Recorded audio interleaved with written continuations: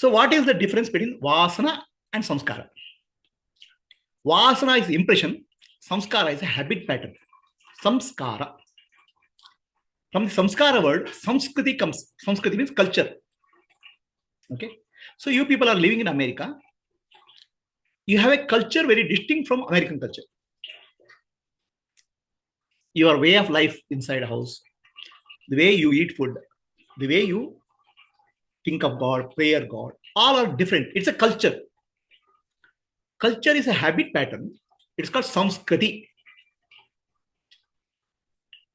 We in India have a Samskriti historically spanning over few thousands of years.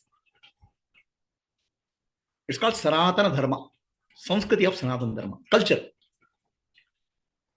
When we say Samskriti, what it means is habit patterns, best habit patterns, handed over from one generation to next generation. My father learned some good habit pattern, which he learned from his grandfather, which he learned from his grandfather. So the good habit patterns, which are valuable to the life, they have passed on from generation to generation. That becomes culture, Samskriti. Simple thing. The food habits what we have is a cultural culture for healthy life. The puja we do in the morning is a culture for peaceful of mind. A set of habit patterns is called samskara. It can be learned from generation to generation. And also you will learn from samskara from in your own life. Somebody samskara, but somebody teaches you, somebody tells you that samskara you learn. Samskara means habit pattern. Vasana means impression. Samskara means, for example, what do you do in the first thing in the morning when you get up? First thing in the morning, get up, I brush. First thing in the morning, somebody gets up and sees WhatsApp. That's WhatsApp samskara. First thing in the morning, you do brush the teeth in the morning. Then after you take the brush the teeth in the morning, what do you do? You will do some cooking or something, then take a bath, do some namaskara, and do. These are all samskara. Okay. So there can be samskara also. Do not do puja, get up in the morning. So the puja in the morning puts a framework for the mind, for a good work. So the habit patterns which can cause us problems or which can cause us upliftment are called samskara. What are the habit patterns which are called cause problems? There are no samskara. Okay, today is marriage anniversary. Let us celebrate. We'll go to a bar and drink. That's a samskara. No, the samskara is like this. No, the people learn alcohol. So I'm depressed. Let us go and drink. Oh, I'm happy. Let us celebrate. Drink. This is a samskara. Understand? A habit pattern. Right? Now, some habit patterns make us downfall. Some habit patterns make us up, evolve. So those habit patterns which make us evolve become Samskriti culture. Okay. So we have both mix. Each of us have a mix. Can you recollect one habit pattern which makes you fall? Watching too much of YouTube. Watching too much of WhatsApp. Right? These are new habit patterns, new samskara. This your father did give. Right? So these are samskaras. There are good samskaras also. Doing some puja, doing some namaskara, keeping your mind peaceful. They're all good samskaras. So samskara means habit pattern. Is it clear? Now vasana means impressions we gather from this world. Vasana means smell. Vasana is smell. We get impressions from the society. Impression from what we do. So let us say I want to be successful. I want to buy a new house, or rather, I want to get a promotion.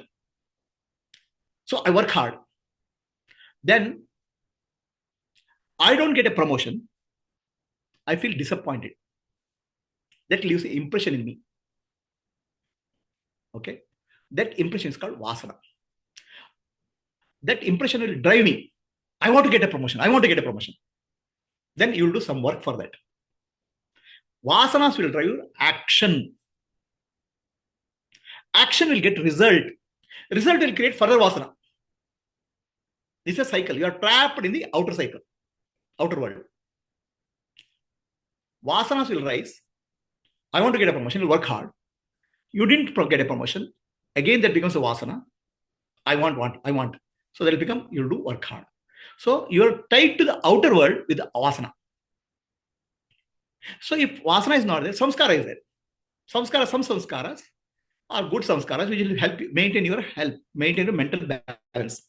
Some samskaras will connect you to the outer world and trap you. Alcohol, maybe watching too much of YouTube, WhatsApp, or maybe that what you call today's TikTok, right? They will keep you bound to the outer world. They're called samskara. So samskara and vasana, there can be good vasana also. Like your Shastra Vasana, you are listening some scriptures and all. That's a Vasana, which will help you to uplift. There are some Vasanas which make you fall down. There can be Vasana, I want to do puja in the every day. It can be uplifting. I want to do Karma Yoga, service every day. That's a good Vasana.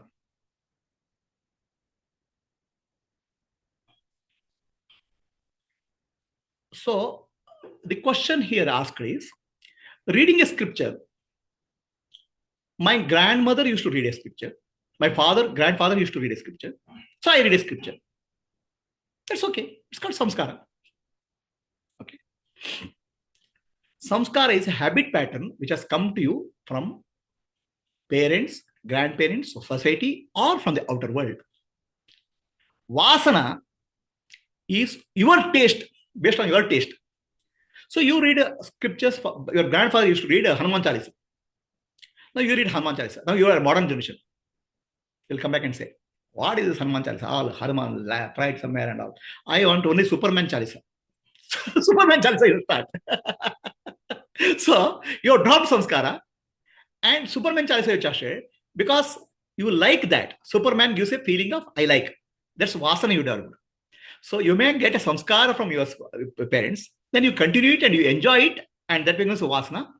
Fine. If you don't enjoy it, you drop samskara, you develop new samskara and new Vasana. It's possible. So samskara coming from reading scriptures can come as a samskara, and vasana is finally based on your likes and dislikes of that. If your grandfather reads to read scripture, you also like reading scripture, it can become samskara and vasana. Is the answer clear?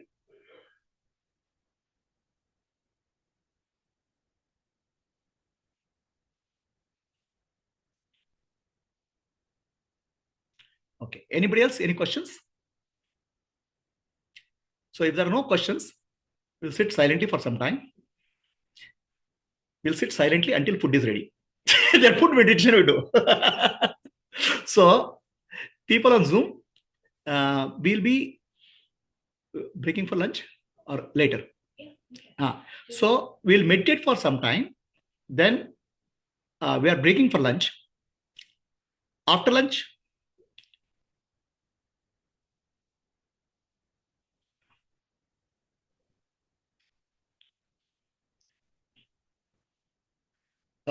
there are 2 questions on Zoom.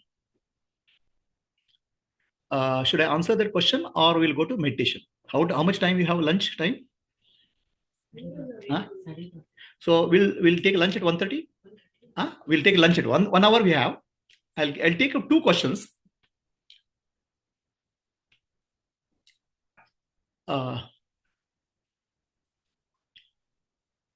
Okay.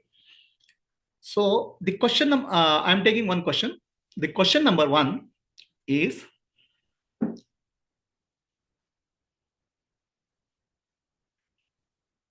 everything free will is required. Dropping of ignorance, removal of ignorance, is free will required or not? Nobody can do anything to anybody without the person accepting free will. With free will. For example, your child, you want him to study, sit for 1 hour and study. You know the study is good. Study. He'll not study. He'll refuse. Even the child will refuse. I don't want to study. I want to play. You cannot go against his free will. I mean, apparent free will, he has an apparent free will, and you cannot violate the free will of anybody. Only when they cooperate, any action will happen. So suppose you want to study, your child to study, let's say Bhagavad Gita. Bhagavad Gita is Jnana. My dear child, study Bhagavad Gita. No, what is there in Bhagavad Gita? I won't study. He is not cooperating with you with his free will. Then you cannot make him study free will. So similarly, removal of ignorance requires Jnana, a teaching from a master. A guru has to teach you Atma Jnana. Without guru teaching you Atma Jnana, you will not get Atma Jnana. So that's why in ancient time, I told in Chandogya Upanishad 2 stories.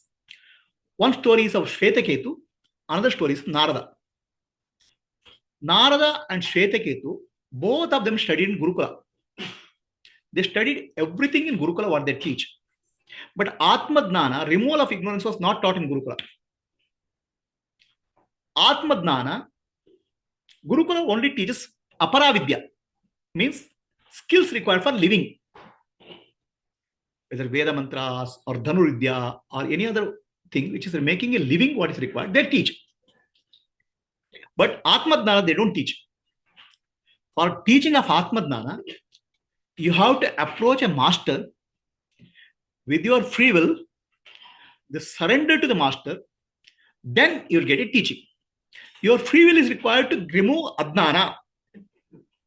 That's called Tadviddi Pranipatena. Please repeat after me. Tadviddi Pranipatena Pariprashnena Parisevaya Upadekshanti Te Jnanam Jnaninaha Tattvadarshinaha. So if you want Atma Jnana, you have to go to a master. Master will not come and say, come, I'll give you Atma Jnana. Like, oh, come to my God, I'll save you. Like that, he will not give Atma Jnana. It's not a religion. There is no evangelism in Atma Jnana. Evangelism is converter. Okay, come, I'll convert you. That's not there in Atma Jnana. Atma Jnana requires surrender. With your free will, you have to surrender to master. Tadviddi Pranipatena. Pranipatena is surrender. Pariprashnena, you have to ask questions. Parisevaya, you have to do service to the master. Upadekshanti te jnanam, then Jnani will give Atma Jnana. Atma Jnana is not given forcefully to anybody. Atma Jnana is not given as a religious propaganda. Atma Jnana is given only for the seeker. In Gurukula, they teach only Aparavidya. Paravidya, the student, when he becomes mature, willingly he has to go and master, surrender, and get Atma Jnana. So Atma Jnana requires free will and surrender to the master to get Jnana. Is the question answered? Yes or no?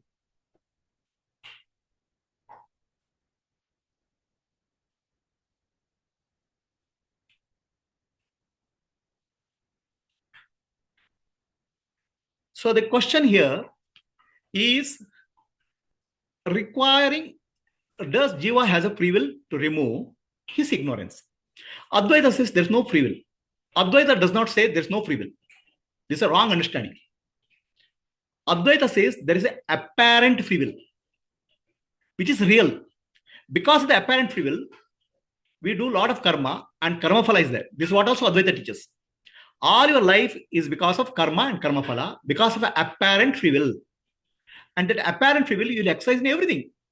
In a cup of coffee, you will exercise. In a cup of tea, you will exercise. In a job, you will exercise. Getting married, you will exercise. Why there's no free will?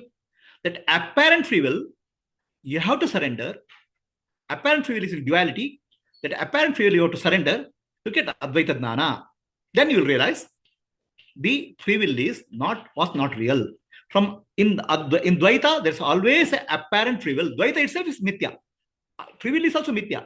But mithya free will, you are exercising every day. You are choosing a dress, you are getting married, all those things you are doing with free will, mithya free will. So mithya free will also you have to use to get Atma Jnana. Is the answer clear? So what is the next question?